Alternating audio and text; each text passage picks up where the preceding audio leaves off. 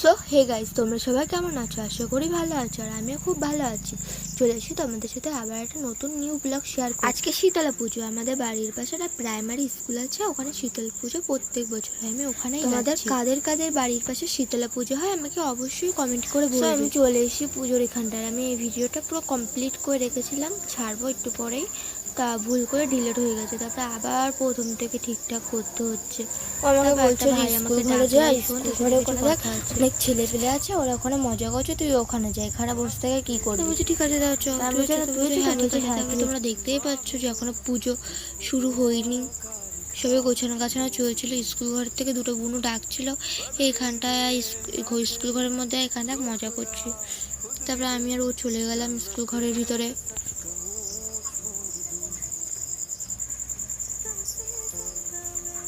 আর এখানে দুটো মামি ফল কাটছিল, ওদের সাথে কিছু কথা বলে আমি স্কুল ঘরের ভিতরে চলে গেলাম। আর ওরা দুজন বলছিল যে উপরে চ, এখানে কেউ নেই, উপরে সবাই চলে গেছে। আমরা সবাই মিলে উপরেই চলে গেলাম।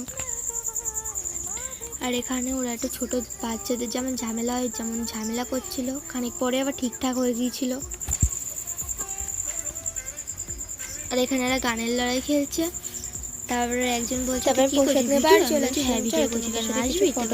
আমাকেও নিয়ে গেল ভিডিওর মধ্যে। আমি যখন ফটো তুলছিলাম, কেউ আমাকে ফটো তুলতে নিলাম, লজ্জা করে চলে গেল, বলছে আমি আর করবো না, শুধু ভিডিও লজ্জা লাগছে।